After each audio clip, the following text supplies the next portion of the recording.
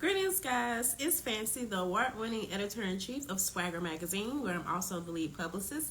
And today we are having a Swagger Convo, and we are discussing Divorce in the Black, Tyler Perry's film, his latest film. And I have some guests coming on with me. Let me start bringing them in. I hope I'm doing this correctly. Wait, add as a moderator. Can okay, Trinetta, can you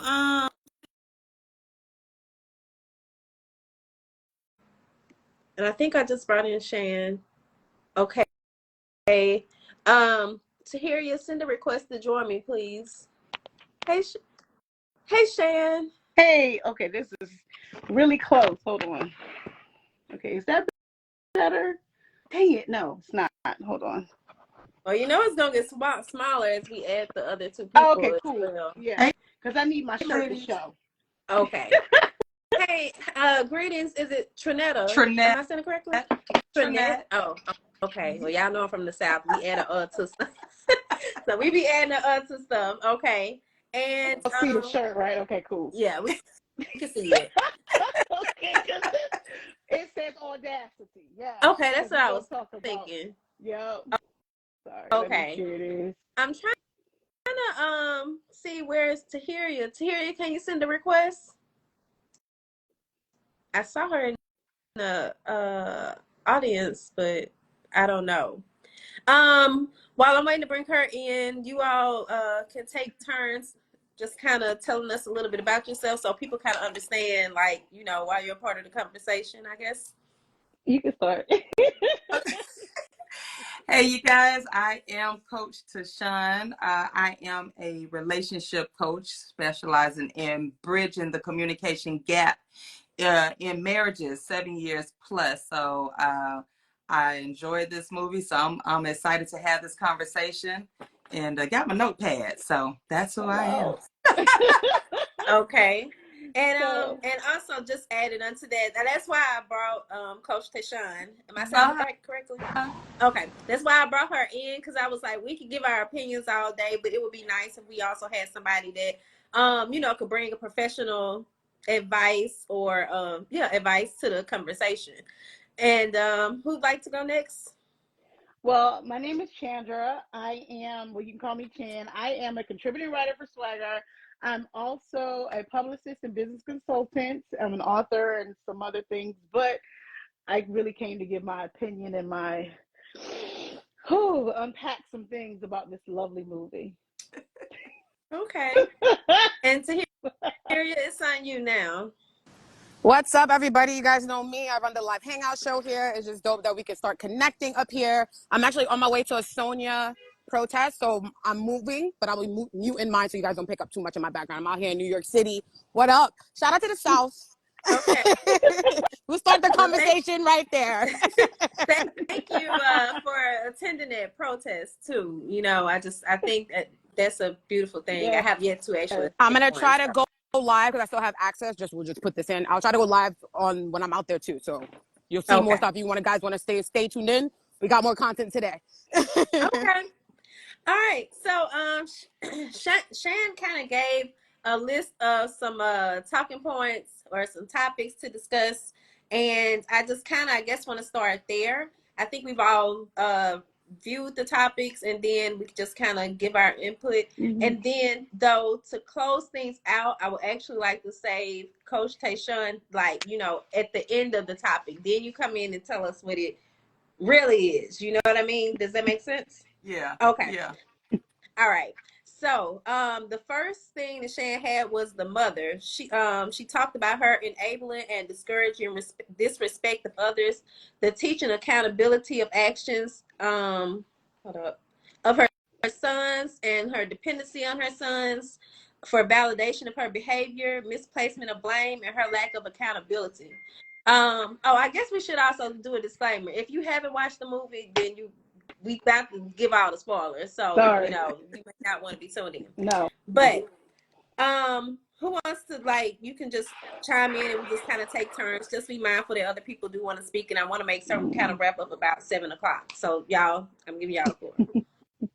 Well, I'm gonna say this. the mother, we're starting with the mother. It off the break, opening up, it shows her lack of of accountability for enabling and actually fueling the things that happen to her children, and then also with her blaming everyone else, especially Ava, said you did this, but her father is a pastor. Pastors tell the truth. Not everybody wants to hear the truth. She clearly did not want to hear the truth. And then for her to kind of like direct her sons to be so disrespectful and was jealous clearly of somebody loving Dallas in a way that she could not love herself or her sons. And that just showed a whole side of some mothers who do that. And I think a lot of times we don't want to air our dirty laundry as a culture, but this is very prevalent in our culture. There are mothers who are really like this, and she encompassed all of those things. It may be one trait or another, but those things do happen, and it's real life. Mm-hmm. Yeah. I mean, because no one loved her like that, like how Ava selflessly loves Dallas. So it put me back in the mindset of the things that I used to do. And that's why I think what made me prompt me to talk about it was because I saw my relationships in this movie and their mothers in this movie. So yeah, that was oh, y'all got it. Well, I'm gonna just read a comment right quick, and this is by I want to say Tiana. Oh, okay. I'm about to say Tijuana, the Tiana experience. She did not want to hear it at all. The embarrassed her family as well, looking like a damn fool. Yeah. Yeah. She definitely did that. And I think one thing that kind of just with everything with the mother, it just made me think about like how a lot of mothers and sons have toxic relationships. Yep. That's what I kind of just summed it all up as, because she was very toxic. Yeah. But Tahyira, you want to say anything? Yeah, I was gonna say from my perception of a person that's like has a mother who's similar to like that, understanding it as from a child's point of view, from the son's point of view, it's hurt people that hurt people, right? Mm-hmm. Some of us have been around environments so much that the initial scene for me, it was like, oh snap, like they really showing how we really give it up. Yep. And that's where when the whole backlash of people were saying stuff about Tyler, I'm like, but he is the leader of Black stories. Like he's supposed to keep, we have to show perspective. Yep. We may not all agree with all of them. I never agree with none of them ideas. I didn't get none of that. But this one, I'm like, because there are mothers like that. I'm a teacher. I've seen it in the school building, So it's like, I don't like this. I'm so triggered as a Black person because I went through it. I can't see it. Like, girl, that wasn't your real mother. You wasn't at that real funeral. It's a movie. So it's like, separate it. But also, I understand we're here to talk about our triggers. I feel like the trigger is for us to have the conversation, though, right? We have to discuss it off gram, on the gram, like whatever, because like I said, I think the backlash people are getting is that it's that. A lot of things with Black people, and I'm a Black Lives Matter activist, that's first generation American, y'all don't want to deal with slavery. Y'all don't want to talk about it. We want to just skate, especially down in the South.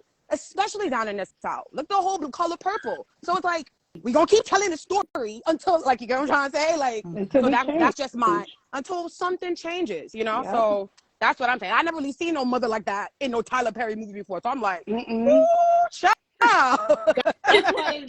I think that's why a lot of people are like, oh, the movie is terrible. I'm sorry, but sometimes you got to see yourself so that you can do better for yourself. And I think as a mother of two sons, I'm like, I started to reflect. I was like, oh, thank God. Okay, listen, because there are some mothers who have unhealthy attachments to their sons. Like, these are your children. These are not your surrogate husbands. These are not your surrogate boyfriends. These are not your surrogate support. The support in that level of relationship. And so that just showing that it should have been a long time ago, but I'm glad he did it now. Yeah. So Coach Tayshawn, chime in, please. What I saw with the mother is just basically a mother who has unhealed her trauma. She hasn't been healed from their dad. And that's where it all stems. So her hurt passed on over to her sons. And that's what happens to a lot of women period. Mothers, they project that hurt onto their children. And so you can see that. So she never healed from her relationship. So in her mind, she loved her sons, but she also hate that man. And she didn't want to hate her sons, but she kind of does hate her sons in a sense to show them that level. So basically she gets them on her side. They know she acting a fool. They know the stuff she did, but when you have those mother-son bonds, that son is going to, that mother is golden. So she knows this, and so she has developed that relationship and played on that over time. So instead of her going and recognizing, taking accountability, say, you know what, some of these behaviors, because again, mothers, that usually starts, especially if the father has left when they were younger children. So those behaviors started when they were young. So now she was able to plant that seed in them. And so they could see this. They knew their mom was a doggone fool. Like, come on.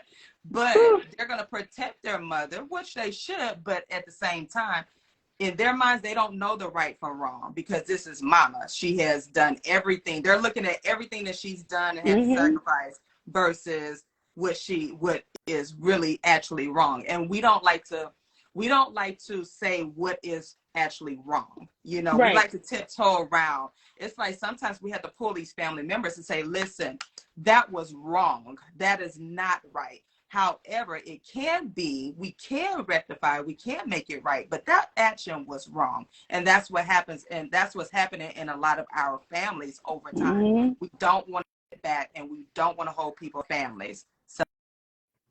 So yeah, that's how the mama was.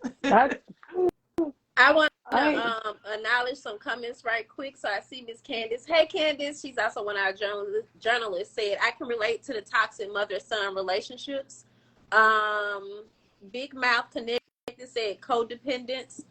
Tahyira, I see you, said trauma bonds are real. And then Miko the boss said, as a boy mom, I can relate. She had them under her thumb, and they were willing to go tooth and nail for her.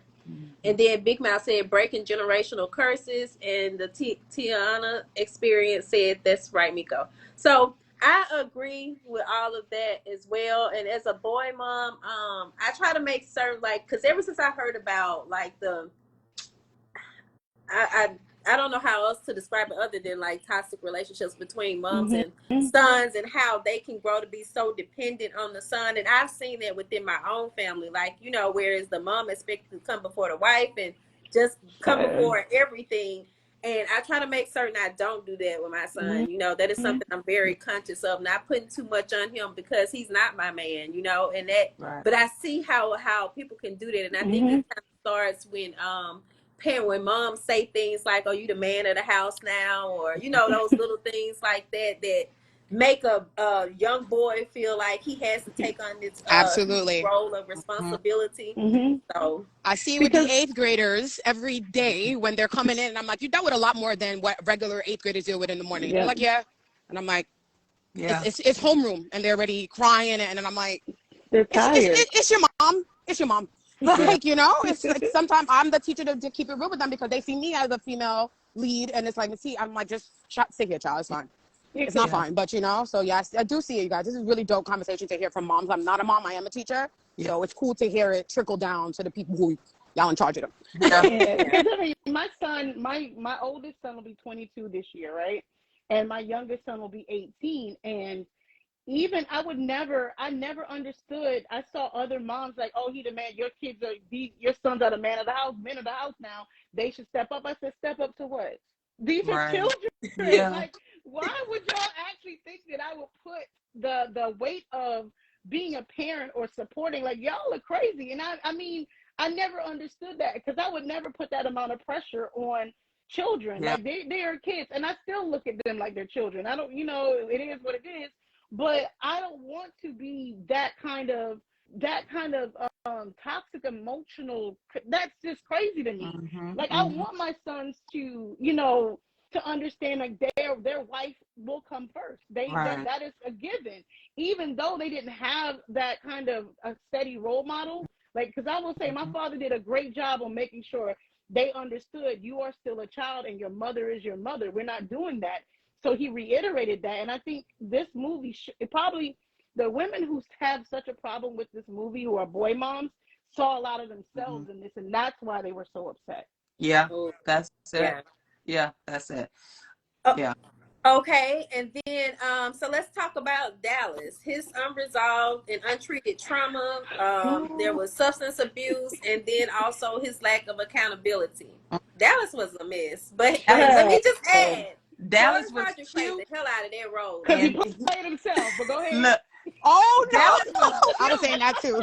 See, Dallas was that Shout out to cute Tia. guy Shout out to Tia. that we fall for. That he was that handsome. He's that handsome gentleman, that cute, rugged, roughneck type of dude, but has issues that we don't want to address while we're dating because we feel like as women we can change them.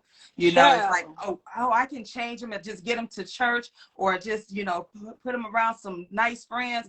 But Dallas is unhealed because of mama, the hurt in the brothers. So Dallas is that cute boy, that young man that we see, and we have.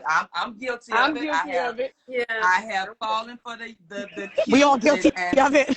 You know, I'm like, I can delivered. change him. He look, he got it. But the reality is that he has issues that we don't want to address and that we don't want to talk about. It's like, wait a minute, yo, the first time he raised his voice at you, that was a red flag. You know, the first time he did these things in public to you, those are red flags. But again, we tiptoe over them because guess what? He's handsome. He can do other little things, you know.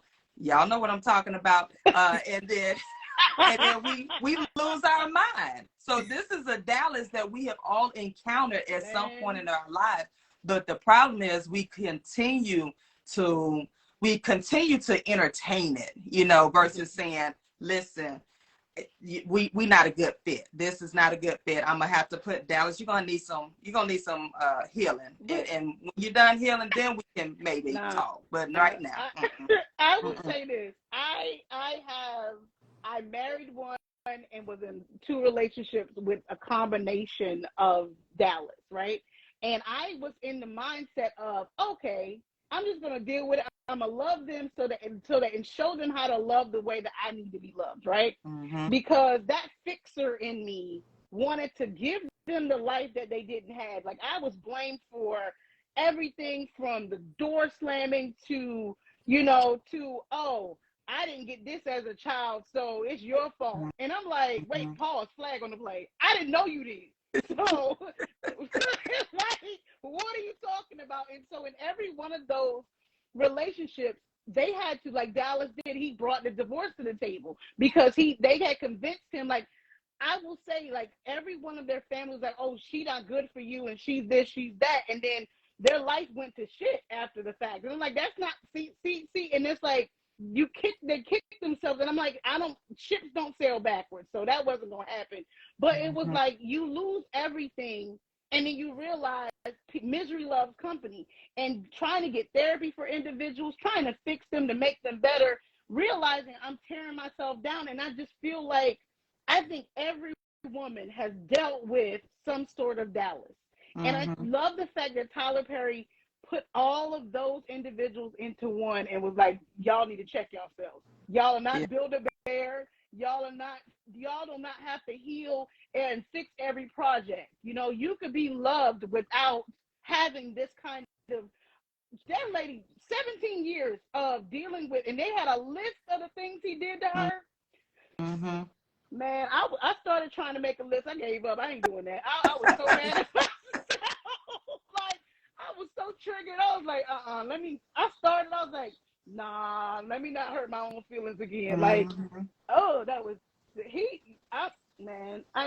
I'm gonna chime in. It definitely triggered me when I looked at from a relationship point of view, just being a Black girl growing up. And like I said, it's not the person I chose as my husband. Thank God I started early 13. I got married at 30.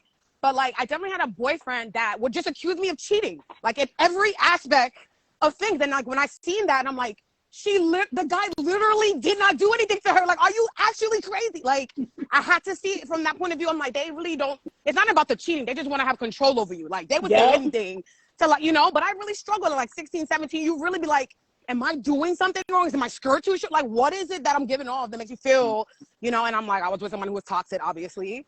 Left that relationship in it was like maybe eight months or something. But I'm like, that was something that still stayed with me. Because I'm not a cheater at all.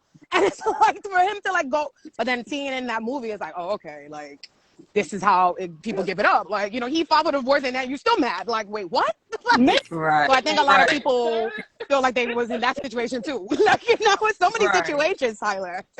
Yeah, now I gotta admit though, the way they even announced the divorce at the dinner table was just like, okay, y'all could have got us a little bit, you know, a little bit more closer to the characters though before just boom, okay, damn it, Ava, I want a divorce, you know. Like I'm just like, but I'm serious. That's how, like, on some real, that is how some of those men are. I dealt with that. All I said was, never mind. We're not gonna talk about my life story. But all because y'all would be like, girl, you are something wrong with you. No, but it doesn't take, it would be random out in public shit like that. Oh, excuse me, I don't know, because random things like that in public, and it's like that's how those types of men are. I'm just gonna keep it like that's happened to me, like literally. Well, I will say I have experienced like dealing with a man that had serious mental health issues. Like one of my, I guess you say, 2 exes past or something really had mental health issues, and I did not understand that at first. You know, I didn't understand how severe they were, but it was like just crazy random stuff. And I'm like, and then I think about what you said, Shan, about how his family or how families would be like, oh, that person life went to shit after they left you, that you were the cause of that, when all along they knew that he had those mental health problems. Like I really had to deal with a man that wanted to fight my son every day. So just for no apparent reason. And and it was like he did not even begin to think that was wrong because that's how he was raised, with his dad beating on him. You know what I mean? So I could really see that within so many men now, especially like the mental health aspect. So I'm glad that Tyler Perry really touched on that within this movie. And I just feel like a lot of people, a lot of women may have saw that as well and felt like that was the person that they're currently dealing with, and that was a turn off for them. Yeah. So, because that dinner table, we all would have, the plates would have been on the floor. I'm just like, you're not gonna embarrass me. First of all, I ain't finished eating either. Okay, I got you. To go early, right? Like, And let me tell that's I was like, come on, bruh, really? Like, okay. Listen, this movie frustrated me, but it made me like check myself. I was like, girl, you are not in those situations anymore. You are in a great space. Somebody loves you for real. I don't have to deal. But I was like, dang, was I stupid?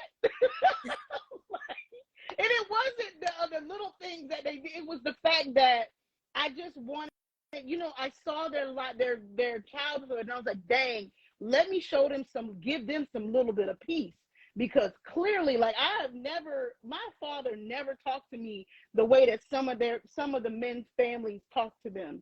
You know what I'm saying? Like straight out in front of him, was like, you just gonna say that to your child in public? Right. And I'm like, y'all, they created these monsters. Yeah. Mothers like that create these monsters. And when he admitted that he had to kill his father, they didn't touch on that. But a lot of times, in that alcohol state or that drug-induced state, those truths that come out, it shocks you, because when I say I've seen and heard some things, I'm like, yo, like this is what you had to deal with, and you can't fix it, because once they're sober, they don't want to talk about it anymore. They've mentally blocked it out. And y'all got it. Because I'll be daggone, I'm going to jail next time. Go ahead. Well, let's talk about Ava now. Ava, I don't know. I was getting frustrated with her at times, but I understood it at times because it made me think about, you know, like how, I mean, basically I've been a fool in relationships before, you know, and I get that, and how we talked about trying to change a man, but it was just so many insulting things. Of course, we didn't get to even see the list, but just from what we saw of how he treated her, I was just like, oh my God, like, are you still gonna run behind him? You know, I was appalled. But Just the fact that her friend kept the list. Like, I've never done that. And I've been that homegirl for years, right? The one from the north. But I've never thought to be like, document. I mean, the closest one could have been like in college. I had a situation with my friend with domestic violence, and we had to get cop people involved and whatever. And I had to keep a list just on some, make sure we track this. But the fact that your friend had a list, it's like, child, I wouldn't have, no, I don't know. I'm like, yo, You that is a know, crazy situation to be in. I'm gonna say this. Her friend was exactly like others around me were checking me. They weren't a list per se, but everyone who saw me and how I actually changed in these relationships pointed them out after the relationship. Like, girl, you stop doing this, and we heard him talk to you like this. This made me sick when you said, like, I have a scar right now on my face that I have to look at every single day. And it's like, dang, you know what? And they said like the friend was a friend. It was only one friend, but it was a combination of, like, we have our core group of girlfriends in family. That's what she represented, because sometimes we have to look at what we've been through so that we can focus on getting better. Mm-hmm. Because when I sat down, I had to check. I'm just saying this movie did more for me because of that. And I really do. Tyler Perry did a great job. I don't care what nobody else say. Yeah. But for Ava, I was Ava. I was in that marriage trying to make that marriage work. That made me think about that Eve song that she had wrote with, who was it, Mary J. Blige, right? And it's like that whole video. I remember being young and watching. I'm like, the domestic violence on Black women. And it's crazy. It is really, really crazy. Yeah. I like the fact that her friend wasn't an enabler at the same time. She did tell her the truth, but she showed that unconditional love of a friend, of a sister girl, you know, because again, and you do have that right as a friend to say, you know what, this friendship in our relationship is too much because the way you're being treated. But she really was that friend that showed unconditional love and support, and gave her that grace and mercy and say, listen, I know you love him, but let's look at these things that he continues to do. It is really diminishing you as a woman, as, you know, just a human being, and you don't deserve that. But she's like, at the same time, I'm gonna stick by you. I'm gonna support you. And that is rare. And sometimes we overlook those friendships because we're just like, oh, they don't want me to be in a happy relationship or whatnot. It's like, no, because all that, your relationship also takes a toll on your friendship. You know, I remember losing friends because I was in a domestic violent relationships back in college, and I lost some friends because they were like, come on, yo, we're trying to tell you this, but you know, at that time you're not listening to your friends. So I do applaud the fact that her friends stuck by her, and it was really like, listen, I got you, but once we out of this for real this time, listen, you gotta, we're not doing this again now. That's enough. That's enough. Sometimes, and I will say this, everybody's like, oh, I was always raised, like, I got married 6 months after I turned 18, and I was raised to believe that marriage was it was like death row. You ain't getting out of this. You got to work through it. You got to, you know, your husband is who you pour into, no matter how broken his vessel is. You got to pour into it. You may not like this person, but you got to, you know, be there for them. You got children for them. You do all of this. And I realized having that mentality really was a detriment. And I'm looking at her, I'm like, yo, you know what I'm saying? Like, she modeled hers after her dad and her mom, not realizing that her dad and her mom had a healthy, very, you know, relationship, and there was real love there. You can't turn what that was into what your father and your mother had. And I was just like, she had it kind of messed up, like, oh, I gotta save him because he's my husband. And when she sat outside in that car and the mother tapped on the windows, I'm not going to tell you where he is, she was really jealous of that Ava stood by him and wanted to help him. And that's the part that I don't think Ava, you know, that character was not able to realize, like, dang, you are never going to love this man enough for him to do that. you Well, know? think about it. The mother didn't love herself. Nope. So she couldn't love her boys the way she needed, and she didn't love herself as a woman. Mm-hmm. So she couldn't love Ava at all. You know, she didn't know what love was. So that, you're right. She when she tapped on that window and she made it very clear, she was jealous. She was jealous that somebody was able to love her sons because she was unable to give that love herself. And that goes back to that. Again, you haven't been healed from your past. And this is why I always indicate to people, I strongly encourage people, do not date or do not get into relationships until you have completely healed your trauma. And usually a lot of times, women especially, we don't want to hear that because it's like, no, it's nothing wrong with me. I can still... No, it's not saying anything is wrong with you, but at the same time, all you're going to do is continue that cycle of trauma, cycle of hurt. And at some point, you are responsible. We have to step back and say, wait a minute, I'm responsible for my own healing and whatnot. I cannot afford to get into relationships and so forth. So, yeah. And and that's the craziest part. Like, when I finally healed, when it finally dawned on me, like, yo, this is not, you cannot keep making the same, and I had a great father. I was raised by a most amazing man, right? I went on myself, taking it upon to love, because I wanted to show people that how love was.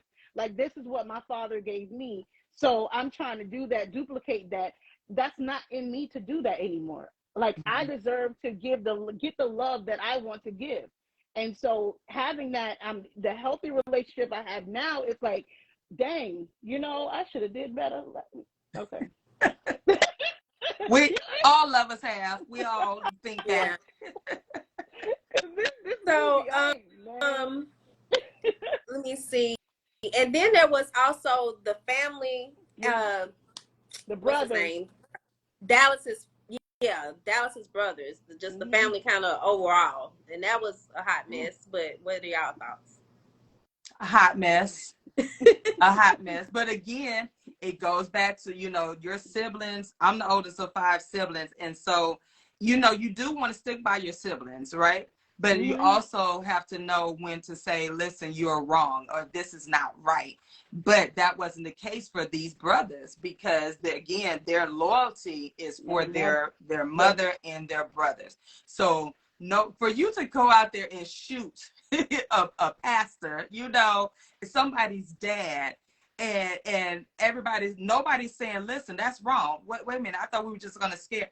That lets you know their mindset, like because they have been bullying, and you do have families that are bullies. I'm a former educator, like my sister down here, and I have seen actual families that literally were bully type of families. Yeah. And when their family said, if one person robs the store, the whole family is rallying behind that. And you're like, they just robbed a store, and you're saying this is right. But that goes back to that generation of holding and not taking accountability. And you do have those families that continue to live by that code of honor to this day. They're not going to what they call snitching, or they're not going to say, oh, listen, you just raped somebody, or you just beat on a woman or whatnot. They would rather sit there and condone it. So you do have that type of behavior, and it's sad, especially in our Black community, because when you think about it, we will not turn in. There's a thin line, but we will sit there and condone a man beating on a woman and not say anything, and we will overlook this. And it continues to happen in our families, and we just brush it off. And then when she's upset, or then we want to call her crazy, or no, y'all watch these men beat on your sister, your daughter, your niece, and nobody said anything. And so this trauma is really, it's real. And we tend to push it in the back of our mind and say, oh, that was just Josh. he didn't mean to hit her. Yes, he did. Chill. Okay. Now see, He do it all the time, though. He do it all the time. Exactly. So, you know, it's like, she ain't yeah. left him yet. She ain't left him yet. Right. So if she like it, I love it. We so quick to say she like it because one of my exes, each one of their families was like, well, what did you do to make him so upset? Well, it made me think about what you just said. Actually, made me think about all the sexual abuse that takes place, you know, within families. And how that's what I was gonna say, but yeah, that is in line with all of that. So Yeah, that's another example. Don't have them kids from Uncle Johnny. Yeah. Y'all know you gotta watch them. And like, we sit watching them like, yo, put this behind somewhere. Yeah. It's crazy. We sit there and we watch it in each generation, each cousin, when we know this and we don't say anything, but we're quick to go and rally behind strangers or whatnot. And it's like, yo, you got this in your family. Stand up in your family. Say out somebody now. Like, come on. It bothers me. It triggers me because again, we make excuses and we should be at the stage of our lives that we can say, listen, somebody has to say something. It has to stop because now you have new babies being born into your families. And what's going to happen? There's a chance it's going to continue to happen. And what is going to be the same trauma? Because even with the brother sending pictures and telling him, yo, she been messing with him the whole time. And, you know, she ain't no good. And all of these things. And I'm looking at like, y'all really want this man to be like y'all, living in y'all mama trailer. You know what I'm saying? This man has a job. You don't need that job. She's trying to change you. She's trying to change you. And I'm like, some of y'all need to be like, I was so... Yeah. It was disgusting because you see, if you saw it in real life and then now you see it on the screen, it's crazy that's real life because you know, you have individuals who are literally jealous of their family for somebody loving them. Mm-hmm. Nobody loved his brother. There was only one brother that said, hold up, Ava, I'm going to put him in the car. I'm going to help you. He, like, of all people, he was in his right mind. There's always one out of the family. Right. Yeah. But if you look at it, there was always one. I don't know if that's the one that got shot at the end, but, you know, we know Dallas, you know, he got put on the earth. But you know that, like, there's always one, but there's always one that has a long-standing beef with their brother or their sister. Mm-hmm. You know, there's sisters like that too. But to send pictures, to create a narrative. Y'all know this man ain't wrapped too tight. The elevator don't go all the way up. So you're gonna sit there and create this narrative. You need to divorce her. If you listen, what he was saying was, my family told me you wasn't no good for me. And I'm like, do you see where you live, sir? Like, family barely got a pot to piss in. Right. Listening to them. But when when that brother told him, you don't need that job, man, or something like that, I was like, okay, I see the whole family mentality right there when they were at the pool table. So it's one of those things, and I think there's so many families, even on both sides, male and sisters and brothers, who have this jealousy of someone feeling something that they don't feel, they never got. And you know, because when her father was on the, like, they rape and rob and do all this other stuff, I'm like, dang, y'all really terrorized this whole town and ain't nobody saying nothing to y'all. The police was like, well, we gotta have him tell us they did it. First of all, y'all know they did it. Right. Right. What we playing for? Right. Like, and that's the thing. Even law enforcement was enabling this family because they knew somebody else was gonna do what they should have done. Because every one of them got picked off. Like, this one got shot, this one got shot. Like the pastor said, you live by the sword, you die by the sword. And people got tired of them. And Ava had to be the one. You know, don't push good people, y'all. So, right. Like, like Tina turned on Ike in that car. Don't push him. Like, all of don't push him, because that's what happens. You get. I joke, but I'm so serious. Some of these individuals need a reality check, and this is why, like, when people are like, oh, you know, she stayed with him even though he used to put her hand. There's a reason. There's always some sort of I can save this person for anyone who stays in those situations, I can save them. Oh, can't nobody talk to him the way that I talk to them. Even women, there are men who says, I'm the only one that could calm her down. And I'm like, y'all don't understand, like that connection. Nah, like it's ingrained in us as a culture sometimes to be, oh, you know, I can tame the beast in this person. You're not no zookeeper. Right. So, what you up here doing all this for? Like, they don't care. They will turn on you like anything, and that is the issue, because they're not willing to see themselves and check themselves. This movie, I'm telling you, the reason why people hate it so much is because they see a lot of themselves in it. Yeah. Yeah. Well, I'm not gonna say I love the movie. I was kind of in between. I actually laughed at a lot of the movie. So did I. To me, it was so many things in there that I just couldn't help but laugh. I was just like, but my favorite line is when Rona say, "I don't give a f about this job." Like, yeah, right. When she said that in the bank, and then she comes switch so quick. I was like, if that ain't a black girl on the job, that's a black girl on the job. You're not gonna come in here acting like this, because then I gotta step outside and get my silk press right. together. No, but you are absolutely correct, because like what's so funny about that is it's real. That was so real. Even though, yes, the story was really rushed, the movie was really rushed, and I get that, you know. And I think if we actually dug a little deeper, I'm gonna keep it a buck with you. More people would be so upset if he really went down that path. A lot of people would be more upset because, one, he would have to go into depth and go over that list. Because you see, we never, you know what I'm saying? She touched on it a little bit, but if she would have went down that list, I'm going to tell you right now, a lot of people would be like, why would he tell everybody our business? Because somebody need to do it. But it's a lot of parts that, you know, he rushed, but we knew the movie was put in a way that we knew what he was talking about. Anybody else outside of our culture would not know to read a little bit deeper in some of the stuff that was going on. Yeah.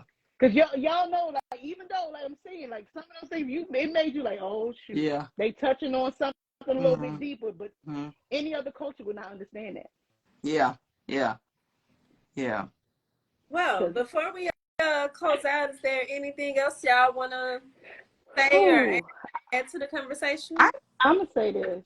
Go ahead. Because I know you're going to close out with that, but I'm going to say this. Anyone who's in a relationship like this, I'm going to say, as someone who's dealt with this multiple times over, choose you.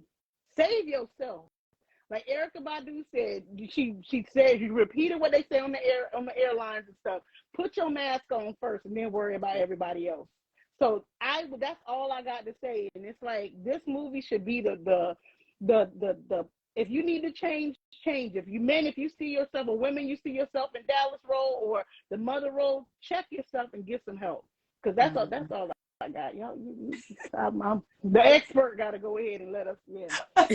Listen, I was gonna say, piggyback off of it. That's great, but you know, as you mature, you know, the movie to me was, I'm like you, Fran. It was in between, because again, I looked at it and I'm like, oh, okay, I kind of see the storyline or whatnot. So I was sitting there making content. I'm like getting all these points, you know, because again, I think most of us have experienced those relationships and so forth. I haven't experienced that type of mother-in-law and whatnot, but I thank God. But when you look back, I always tell people, at some point in your life, when you get into a relationship, you have to take accountability. First, and that accountability piece is going to be significant with your healing. And you have to get to a stage in your life, male or female, before you get into a relationship, you need to be in tune with your mental, your spiritual, your physical, you know. And that's not to say you're not going to have other issues, but that's to say that you're now past that one issue and so forth, because when you get into a new relationship, you're going to encounter some other things, you know, and so forth. But at least you will not be bringing that baggage, because a lot of times we do bring all of our past into a relationship. And what happens is we think that we can forget about it, but eventually it's going to resurface. And so when we're unhealed, that's what happens. And I want people to understand that especially for my ladies and my young women who are going to encounter, who may encounter a nice young looking suave gentleman. You cannot fix him, baby. You cannot make him go to therapy. You cannot make him go to church. You cannot make him do these things, because again, there is something deeper than that's buried in him that he has to want, and vice versa for a woman. Men, young men, if you see a woman and she's already giving you examples of toxicity, first of all, the verbal abuse, and no one should be involved in an abusive relationship. And just know that God does not, I know marriages are going through things or whatnot, but God does not condone abuse. And sometimes that is that thing in our community. It's like, oh, I can't leave. No. God does not allow, whomever you serve. I just know for me, God does not allow abuse, but you cannot fix a person. A person has to want to change. It has to start with that person. So, that would just be my last words to people out here dating or in, relationships. Make sure, as the sister said, make sure you put you first. That means going back to loving who you are, loving that self-love. Because in order for them to love you the way you want to be loved, you got to love yourself. You teach people how to love you. So that's, yeah. I like the movie, but, of course, it was a TP edition, so. Well, yes. I will say that, yes, I'm on the fence, but it's one of those movies, like, I ain't gonna name no other, but the movies that you like to watch, they not the best, but you know all the words, right? And stuff, Yeah, it's one of those. Well, thank you, ladies, for coming on and having this conversation about the divorce in Black. I think that it was really needed. I hope that some people that as they tune in and watch, that they actually get a better understanding of the movie, as opposed to just saying, oh no, I didn't like it, but kind of understand what the story was that he was really telling behind the story. Yep. So yeah, so I'm gonna go ahead on and let y'all go. Thank you all again. I thought it would show your Instagram handles, but I see that it doesn't. Do you all just want to drop your social plugs right quick? Okay. Oh, in the chat. Okay, cool. Well, I was actually meaning out loud, but however y'all think people can get them, whichever one is fine. I am Trinetta Collier. You can follow me on all social media platforms and my website, IamTrinettaLCollier.com. All right. Well, you can find me at Gore Consults and also ChandraGoreConsulting.com and Chandra Gore on other things. Give me a follow. I post sometimes. All right. Well, and of course, I'm Fancy, so you all can find me at Fancy SwagHer. It's in the SwagHer Magazine bio. And if you haven't watched Divorce in Black, I hope that you do check it out. And you can always come back and let us know your opinions in the comments of this post. Yes. Good night, y'all. Good night.